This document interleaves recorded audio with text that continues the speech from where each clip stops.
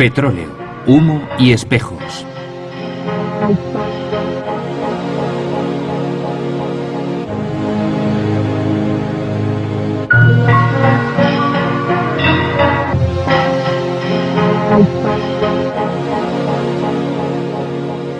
Es muy fácil negar la teoría del cenit del petróleo, porque lo cambia todo.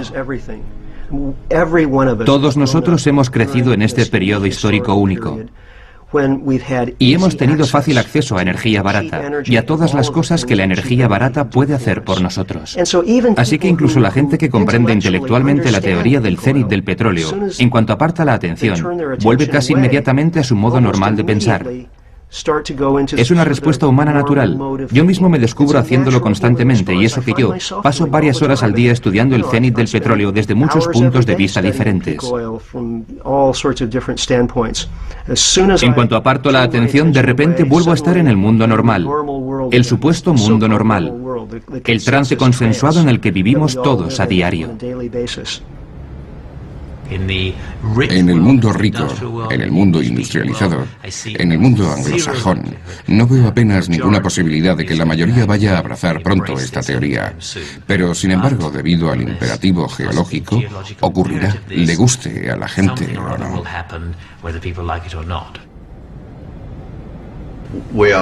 Dependemos casi por completo del petróleo para casi todas nuestras actividades. En primer lugar, la industria, por supuesto, funciona con petróleo. Eso lo entiende todo el mundo. La agricultura moderna mecanizada, depende en gran medida del petróleo para alimentar al mundo. Si pensamos en el transporte, es obvio una vez más, los coches y los aviones funcionan con petróleo, con gasolina. Y por supuesto la capacidad militar. No se puede luchar en una guerra, como bien saben los estadounidenses, sin petróleo. Así que todos los aspectos de la existencia humana dependen del petróleo.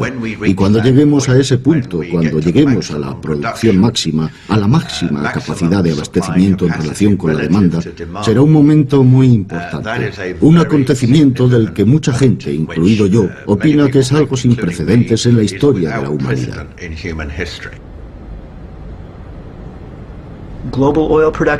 La producción global de petróleo llegará a su cenit y la economía global quedará devastada. Veremos guerras por petróleo, todo cambiará a consecuencia de ello, y sin embargo, la gente no hablará del cenit del petróleo. Hablarán de las cifras de desempleo, hablarán del elevado precio de los alimentos, hablarán de que no pueden viajar en avión, porque toda la industria de las líneas aéreas se habrá hundido. Solo quedarán unas cuantas compañías en funcionamiento, y los billetes tendrán unos precios astronómicos. Hablarán de la última guerra, o del último incidente terrorista, y habrán perdido totalmente de vista lo que fue la causa de todos esos efectos.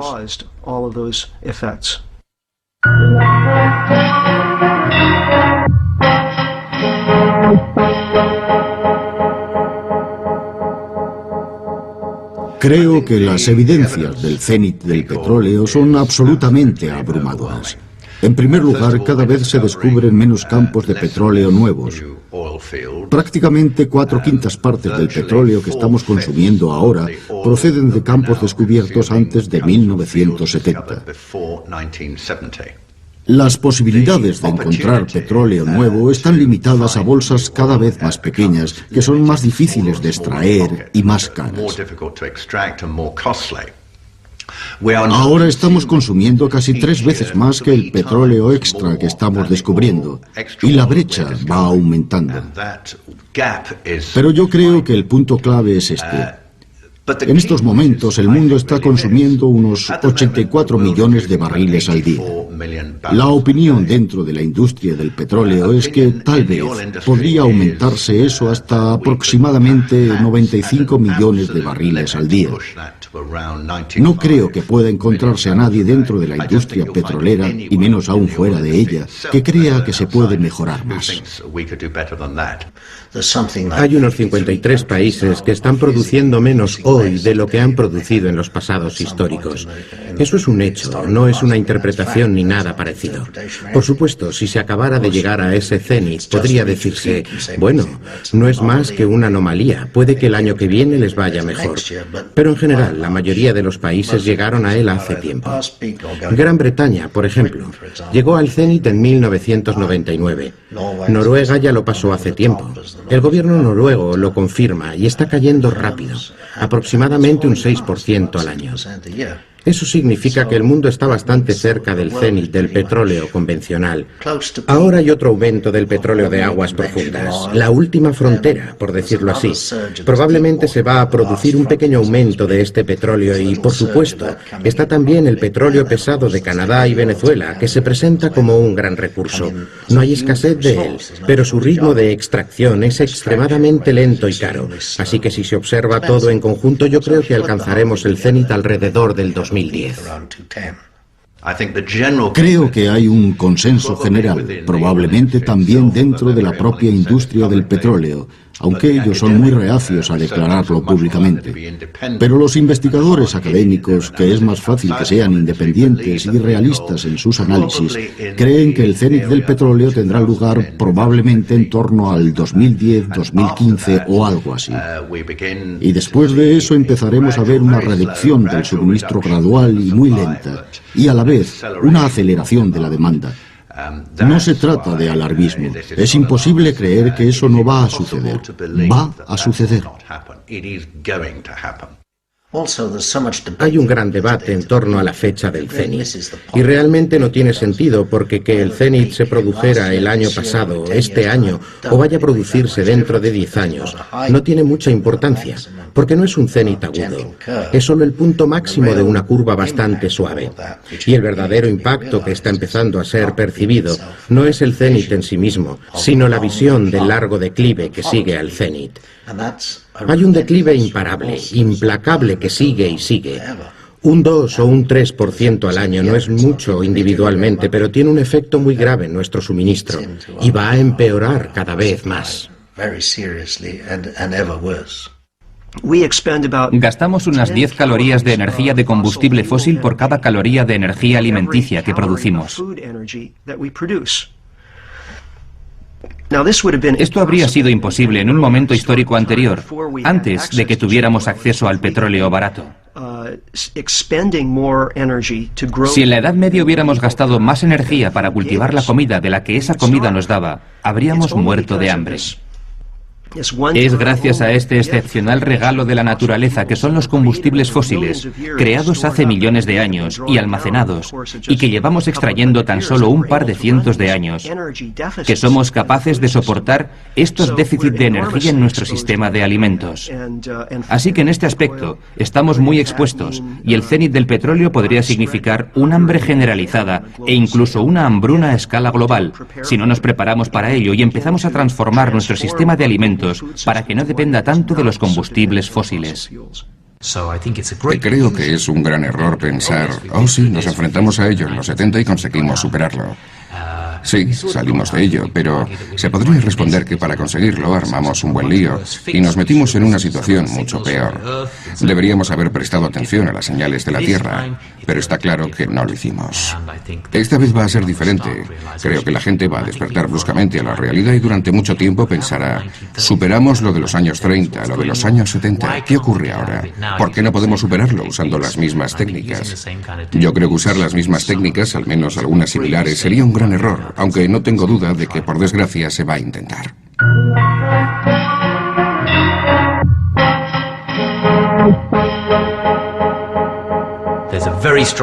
Hay una relación muy profunda entre el crecimiento económico y el crecimiento de la energía, especialmente el crecimiento de la demanda de electricidad y también de la demanda de petróleo.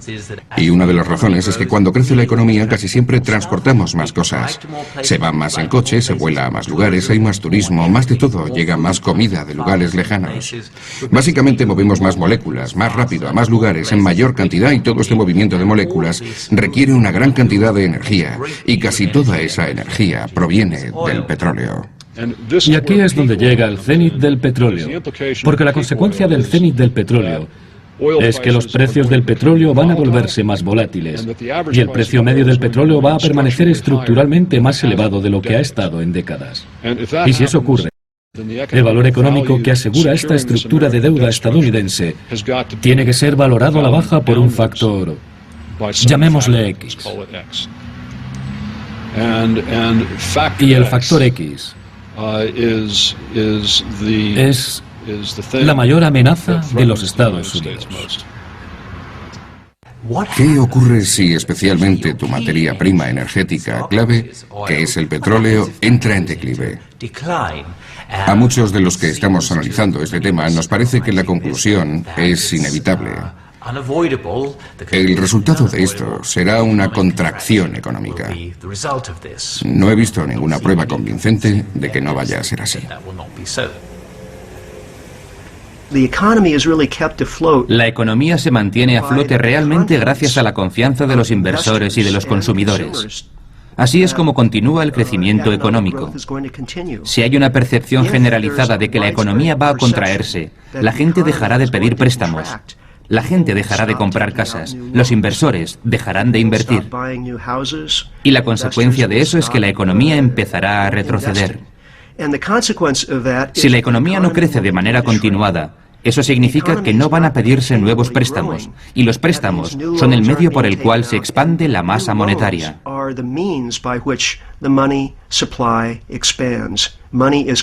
El dinero se crea a través de los préstamos.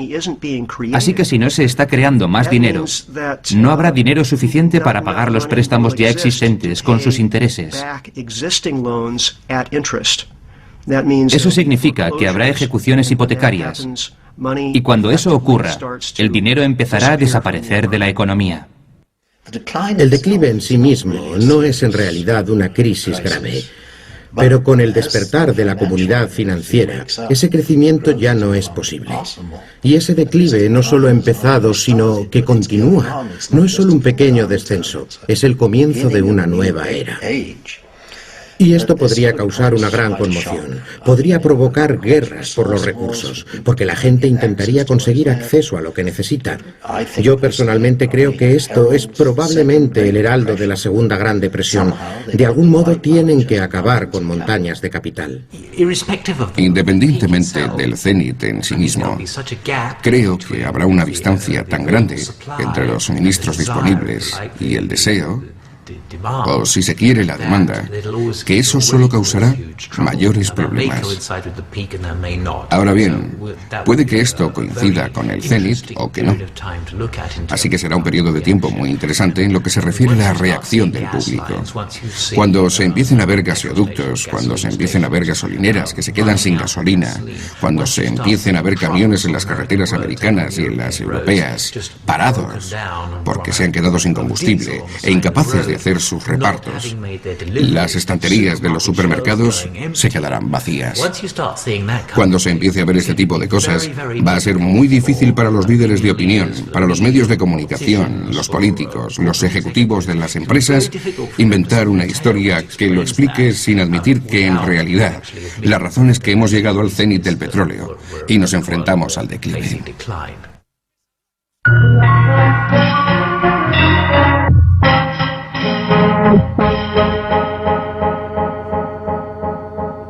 No es que no lo sepan. Es decir, los gobiernos están extremadamente bien informados. Sus principales directivos se aseguran de estar en contacto con las organizaciones más importantes del país, especialmente las empresariales, y desde luego con la industria del petróleo, que es tan importante. Han hablado de ello exhaustivamente, así que no es que no lo sepan y no es que los líderes no estén informados, por supuesto que lo están. Si eres un político de un país importante y dices, me preocupa el agotamiento del petróleo, ¿cuál es tu siguiente frase? ¿Qué dices después de eso? En esencia lo que has dicho es, el mundo tal y como lo conocemos va a desaparecer y eso es lo único que tenemos hoy. Tienes que ser capaz de continuar con algún tipo de política, con alguna solución. Y como no hay ninguna solución fácil a mano, los políticos se resisten a entrar en el tema del agotamiento.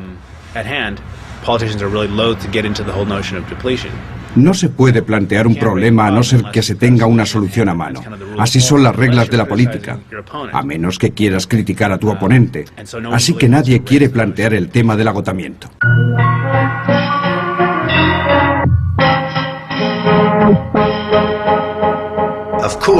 Por supuesto, lo lógico sería que los políticos de todo el mundo hubieran empezado a reunirse y a hablar sobre las implicaciones y sobre todo lo que cada uno de ellos debería hacer para enfrentarse a esta amenaza. Sospecho que la razón de que eso no ocurra es que Estados Unidos, que es con mucho el país más poderoso del mundo, ha decidido que no quiere convocar una conferencia internacional para discutir cómo se va a distribuir. Tras la invasión de Irak y sus intentos de controlar el petróleo de la cuenca del Caspio, que es el segundo mayor depósito de petróleo que queda en el mundo, está claro que lo que han decidido es intentar monopolizar el suministro de este petróleo, porque petróleo es igual a poder. Sin petróleo barato, el imperio estadounidense no habría surgido jamás. Desde luego no se parecería a lo que es ahora. El petróleo barato ha sido absolutamente crítico en la construcción de la economía política, que es hoy en día Estados Unidos. Y si eliminamos el petróleo barato, esa economía política tiene que cambiar profundamente. Yo creo que los medios de comunicación dominantes han hecho un trabajo pésimo a la hora de informar sobre los acontecimientos del 11 de septiembre, sobre el cenit del petróleo y otras cosas que tienen un gran impacto en nuestras vidas. Por ejemplo, el ciudadano medio sabe mucho más sobre las costumbres personales de Brad Pitt que sobre el cenit del petróleo. ¿Y qué va a afectar a su vida en el futuro próximo? Si no tiene comida, si no tiene trabajo. Eso es algo que debería saber. Es algo para lo que necesita prepararse. Y el cenit del petróleo es el acontecimiento de nuestras vidas. Va a hacer palidecer todo lo que cualquiera de nosotros hayamos experimentado en nuestra vida hasta ese momento. Y sin embargo, no se nos dice prácticamente nada acerca de ellos. Ocurre lo mismo con el 11 de septiembre. Se trata del gran acontecimiento político supuestamente terrorista de nuestras vidas. El mundo ha cambiado profundamente como resultado de ello, y sin embargo no hay ninguna investigación real sobre ello en los medios dominantes. En lugar de eso, tenemos a muchos periodistas de investigación, independientes y valientes, a los que les resulta imposible conseguir que publiquen su trabajo en los medios. Es una situación desastrosa.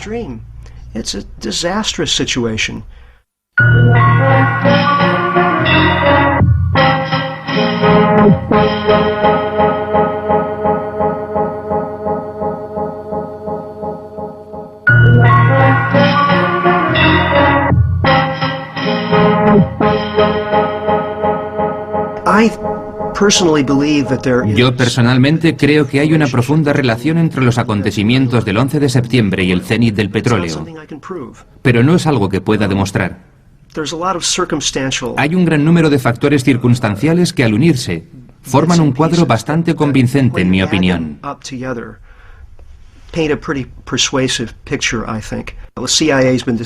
La CIA ha estado estudiando el fenómeno del cenit del petróleo desde los años 70. Y Dick Cheney, antiguo presidente ejecutivo de Halliburton, la principal compañía mundial de servicios petroleros, ha hablado sobre la dificultad que tendrá la industria para satisfacer la demanda de petróleo a finales de la primera década del siglo XXI. Bien, ¿qué ocurrió después del 11 de septiembre? Por supuesto, los Estados Unidos invadieron Afganistán y aprovecharon la ocasión para construir bases militares por toda la región de Asia Central, que es la nueva región productora de petróleo. Se hicieron muchos descubrimientos de petróleo allí en 2000 y 2001, casualmente. Y después, invaden Irak. Es imposible no ver una pauta.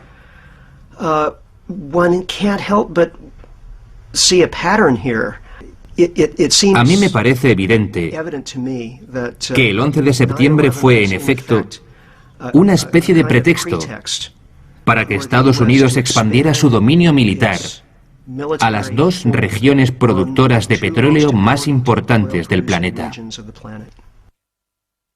Varios sectores de élite, varios consejeros políticos muy influyentes, muchas personas que formaban parte de la administración, sabían que se acercaba el cenit del petróleo. Sabían que no podrían sobrevivir al cenit del petróleo sin tener esta masiva militarización de la política. Y sabían, en tercer lugar, que necesitaban hacerlo en el marco de un ataque drástico o la percepción de una amenaza en relación con los Estados Unidos. Y eso fue lo que les proporcionó el 11 de septiembre. Es nuestro trabajo. Lo que hacemos fundamentalmente es comprender lo que está pasando en realidad e intentar comprender lo que hay detrás de los acontecimientos y qué motiva a la gente. Eso es diferente a un juicio rápido. No queremos hacer juicios de valor. De hecho, intentamos, en la medida de lo posible, evitar los juicios de valor en nuestro trabajo de consultoría. Y nos interesa mucho lo que ocurrió en realidad el 11 de septiembre, en pocas palabras. Hay 4 opciones para hablar sobre el 11 de septiembre. Una es que fue un ataque repentino. Nadie sabía nada. Esta fue la primera versión de la administración estadounidense. Después se dijo que sabían mucho, pero en diferentes agencias, y que las piezas eran tan difíciles de unir que no pudieron averiguar lo que iba a pasar, lo que les esperaba. Yo creo que esta versión ha fracasado, pero la administración sigue luchando por defenderla. La tercera opción es que dejaron que ocurriera, que sabían algo o lo sabían todo y dejaron que ocurriera porque podían aprovecharlo para declarar la guerra a 60 estados, como dijeron más tarde. Y la cuarta versión es que lo organizaron ellos o tomaron parte en la organización. Y el modo en que sucedió es tan extraño, y la falta de voluntad de la administración para aclarar las cosas es tan evidente, que he llegado al convencimiento de que debió de ser una operación dirigida, una operación secreta.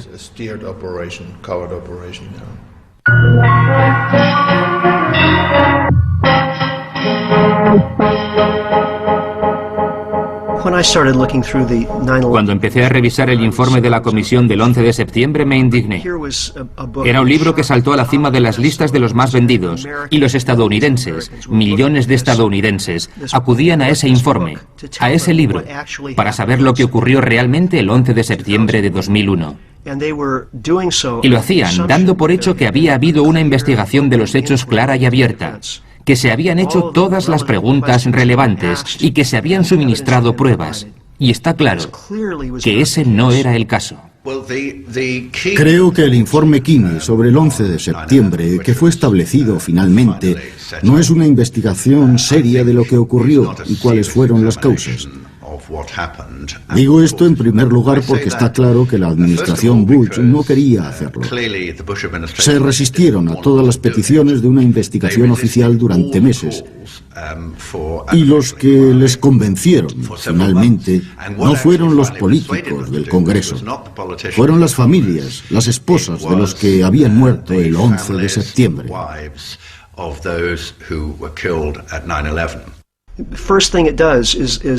Lo primero que se da es el nombre de los 19 secuestradores, la mayoría sauditas. Pero pocos días después de los hechos, nos enteramos de que 5 o 6 de estas personas estaban sanas y salvas y vivían en Oriente Medio. ¿Por qué no se trató esto en el informe de la comisión del 11 de septiembre? ¿Por qué no hubo una investigación sobre quiénes fueron los verdaderos secuestradores, si de hecho la gente que había sido identificada no era la gente correcta? Lo que ocurrió aquel mismo día me parece la prueba más significativa.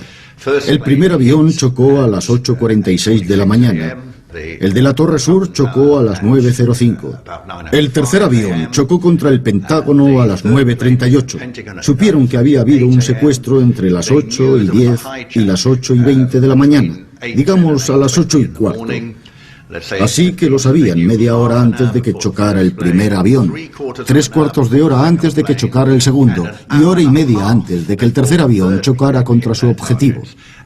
Y ni una sola vez en ese tiempo dieron orden de despegar a un avión de guerra para que los interceptara. Eso es algo asombroso.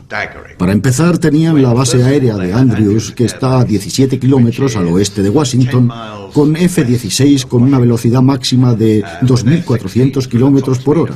Podían haber llegado a la escena en 1 minuto o 2. ¿Por qué no ordenaron despegar a ninguno de ellos? Y en segundo lugar, se podría pensar, bueno, cundió el caos. Nadie sabía qué hacer.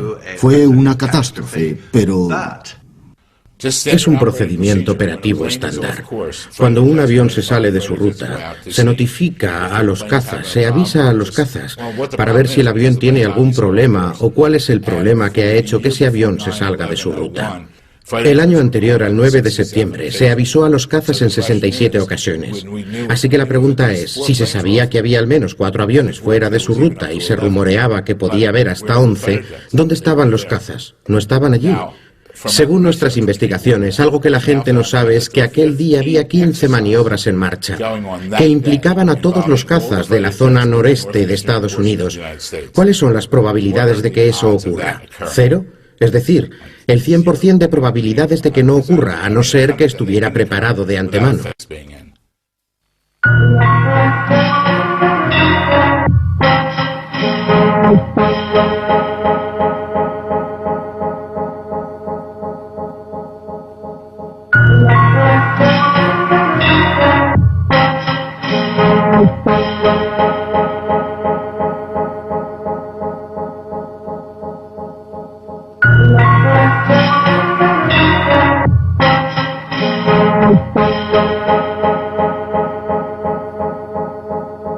¿Por qué esas torres con estructura de acero cayeron tan rápido? Ningún edificio con estructura de acero se había hundido antes como consecuencia de un incendio. ¿Por qué no hubo una investigación adecuada? Creo que se gastaron unos $600.000 para investigar por qué se hundieron las Torres Gemelas.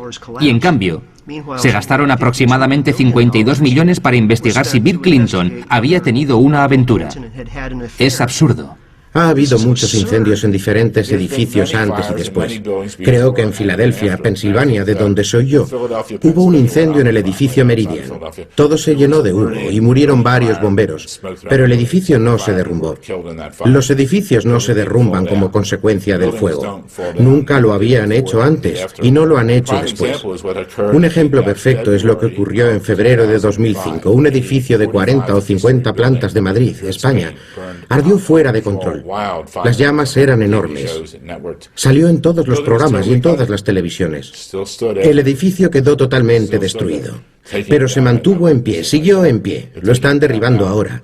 Yo mismo lo he visto. Lo están desmontando viga a viga. Los edificios de acero y hormigón no se derrumban como consecuencia de un incendio. Sé que resulta difícil de creer, pero nosotros defendemos que se derrumbaron porque hubo una implosión, porque hubo explosivos. El edificio número 7, al otro lado de la calle, desde las torres norte y sur, se incendió, pero ningún avión chocó contra él. A las 5:20 de la tarde, el dueño del edificio, Larry Silverstein, recibió una llamada del departamento de bomberos, en la que le dijeron que no podían apagar el incendio. Así que él les dijo, tirad del edificio. Eso significa explotarlo desde dentro. Recuerdo que recibí una llamada del jefe del departamento de bomberos y me dijo que no estaban seguros de si podrían contener el fuego. Y yo le dije, ¿sabe?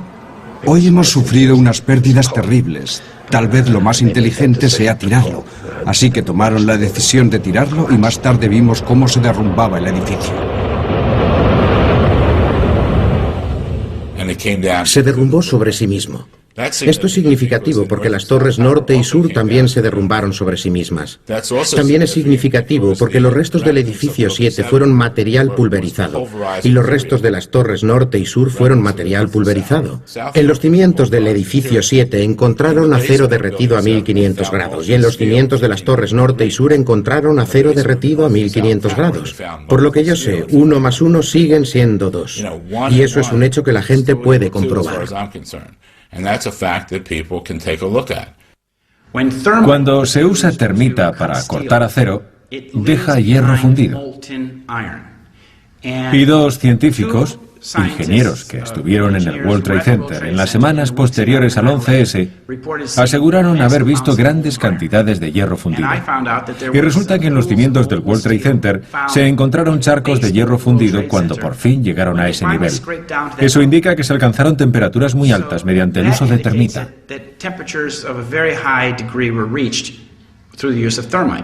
Lo que ocurrió después fue que se retiró el acero, y el gobierno federal supervisó esta operación. Hubo 4 empresas encargadas de la limpieza. Llevaron el acero a un vertedero de Staten Island y enseguida fue cortado y enviado a lugares como Corea, China e India, donde fue fundido rápidamente. Es la mayor destrucción de pruebas de una escena del crimen de la historia.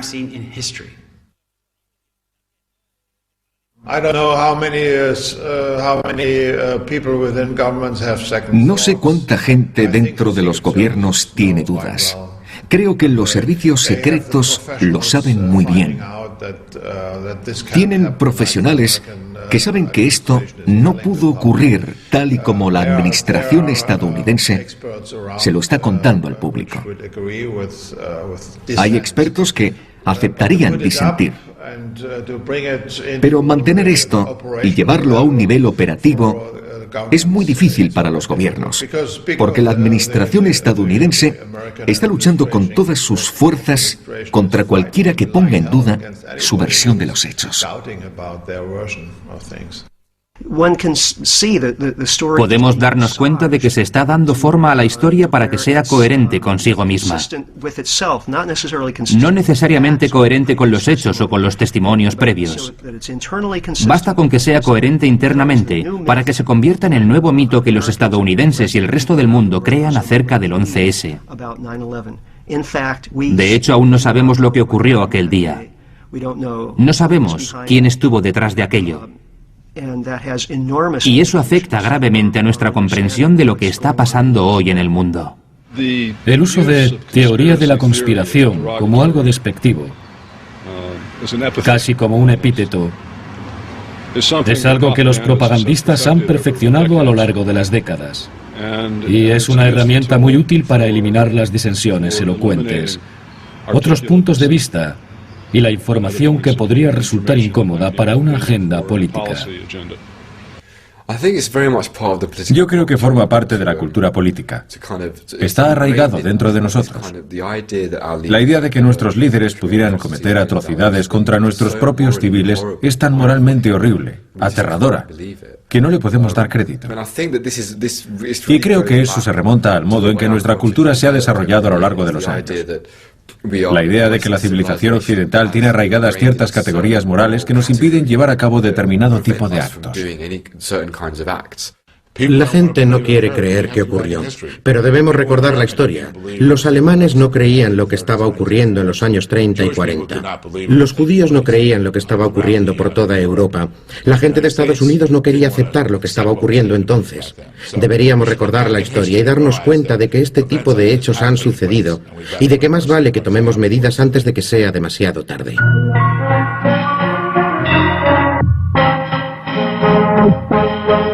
Mucha gente de los movimientos contra la guerra no quieren tener nada que ver con el 11S. Pues bien, damas y caballeros, despierten. Si no tuvieran el 11S, no tendrían las guerras de Afganistán e Irak. Yo creo que el principal objetivo de la administración Bush está desglosado o explicado en el proyecto para el nuevo siglo estadounidense. Debemos luchar contra al menos 60 estados que dan refugio a terroristas. La mayoría de ellos cerca de donde se encuentra el petróleo o el gas. Y para conseguir apoyos para esta guerra es necesario tener este nuevo terrorismo internacional. Gran parte de los planes de la guerra contra el terror son anteriores al 11S. Y puede verse hasta qué punto llegaba la desesperación de los líderes gubernamentales de Occidente, no solo de Estados Unidos, en lo que se refiere a la inminente crisis planteada por el cenit del petróleo. Hay varios estudios que demuestran que eran conscientes hace tiempo de la crisis del cenit del petróleo. La idea era reforzar la política exterior estadounidense con la política energética y combinar las dos. Y menciona Oriente Medio, menciona el Golfo Pérsico y menciona Irak. No se trata tanto de una guerra contra el terrorismo, es una guerra para garantizar el control de la distribución. Y en ese sentido no hay ninguna diferencia en absoluto con los movimientos de Rockefeller para controlar la industria petrolera norteamericana a finales del siglo XIX. Que no fueron tanto unos movimientos para controlar la extracción de petróleo. El genio de Rockefeller estuvo en ver que si controlabas la distribución, controlabas la industria. Y esto mismo sigue siendo cierto hoy en día, extrapolado al mercado global.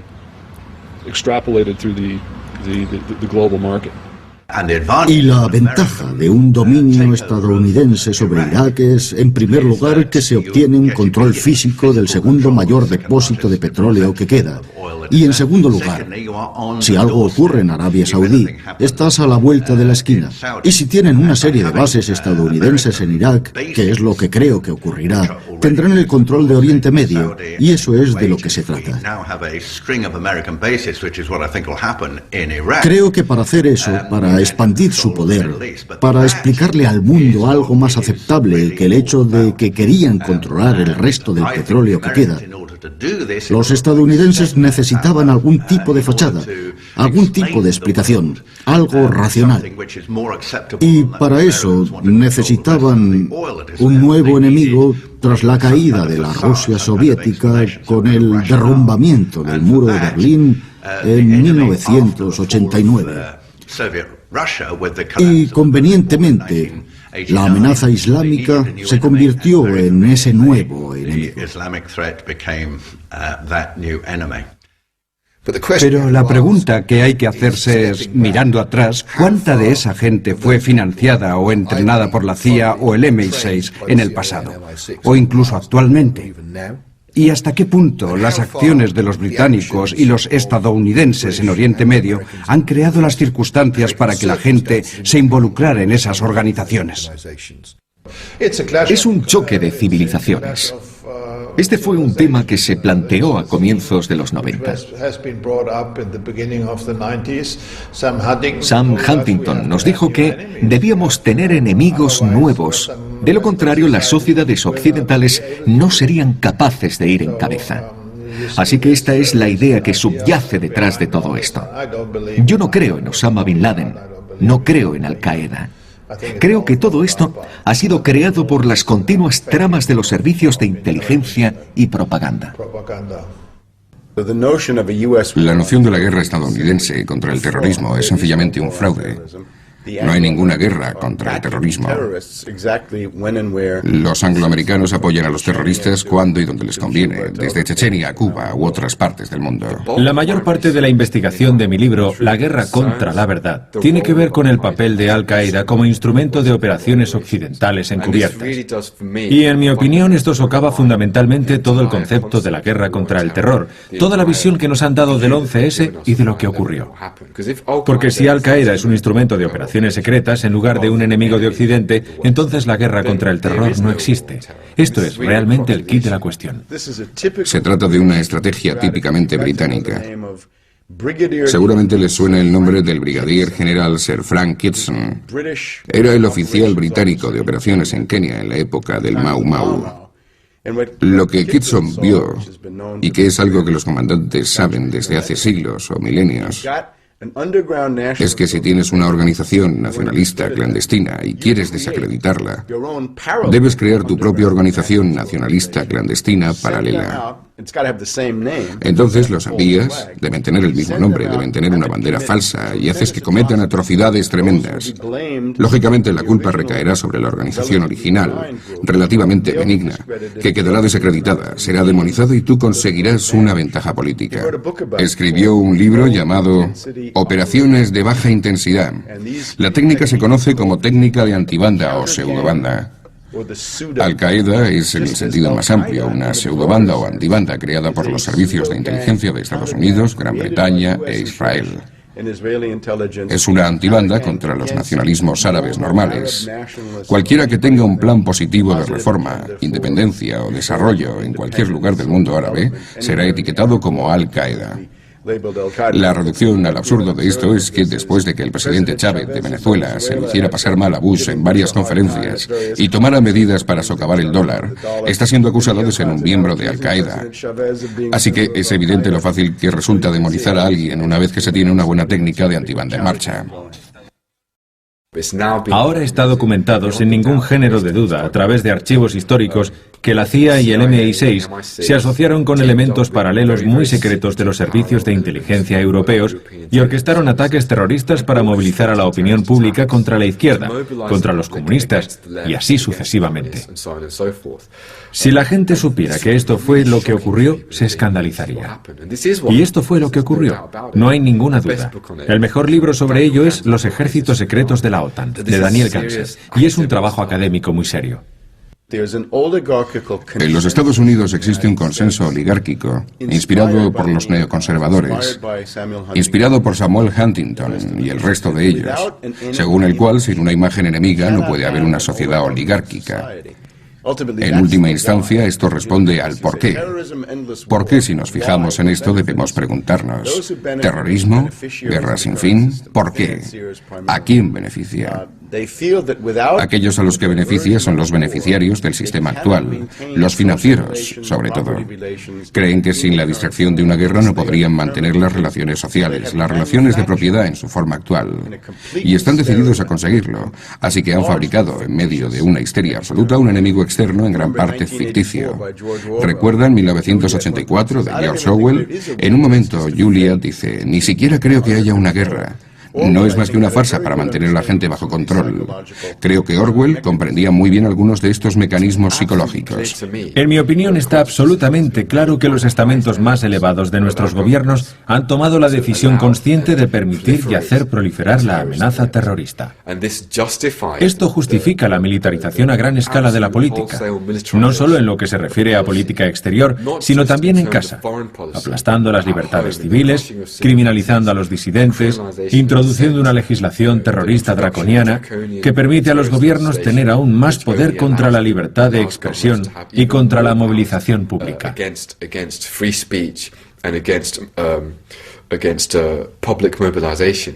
Este es el papel que desempeña Al-Qaeda. Desempeña un papel fundamentalmente funcional de muchísimas maneras, impulsando operaciones secretas, garantizando directamente los intereses del petróleo y el gas y generando indirectamente la justificación y el marco ideológico que es necesario para legitimar toda esta estructura de violencia absurdamente represiva que tenemos en la actualidad, llamada guerra contra el terrorismo. Y que en realidad no es más que una gigantesca mentira que ha sido fabricada con este fin.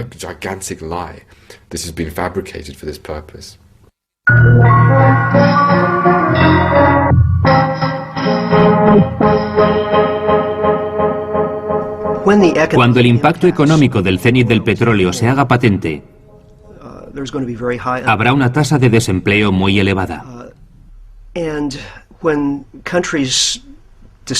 Y siempre que un país cae en esta confusión económica, se producen tensiones sociales como consecuencia. Por ejemplo, en los años 30, llegó a preocupar seriamente a las empresas americanas que los Estados Unidos cayeran en manos de un gobierno comunista.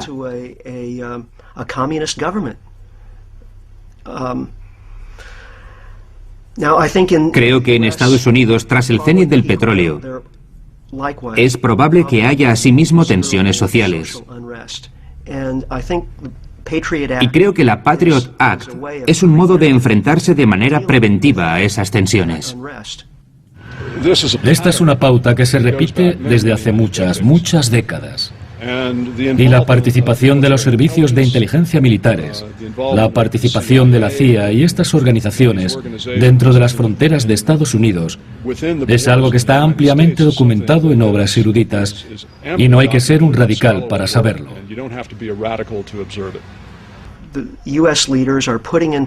Los líderes de Estados Unidos están preparando una infraestructura a través de la cual serán capaces de manejar las tensiones y al mismo tiempo canalizarlas hacia cabezas de turco del otro lado del mundo. Estoy seguro de que nos dirán que la razón de que no tengamos petróleo suficiente es que hay gente malvada en algún lugar que no nos deja acceder a él.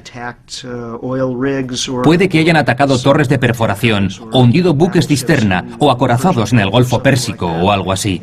Y por lo tanto, lo único que tendremos que hacer es ir allí y resolver ese problema. Y una vez que lo hayamos hecho, por supuesto, el modo de vida americano podrá continuar tal y como era. Evidentemente eso es mentira. El modo de vida americano está totalmente acabado. No podrá continuar una vez pasado el cenit del petróleo. Todo deberá cambiar para adaptarse a la realidad de un mundo con mucha menos energía. Pero ese no es el mensaje que los estadounidenses querrán oír. Y por eso creo que hay muchas posibilidades de que Estados Unidos se convierta en una especie de régimen fascista. Odiaría que algo así ocurriera, pero si observamos las señales del horizonte, todas apuntan en esa dirección. Obviamente no estamos tan cerca de la dictadura como estaban los nazis, pero vamos por ese camino. Antes decía que íbamos lentamente, pero ahora no. Ahora avanzamos rápidamente hacia allí.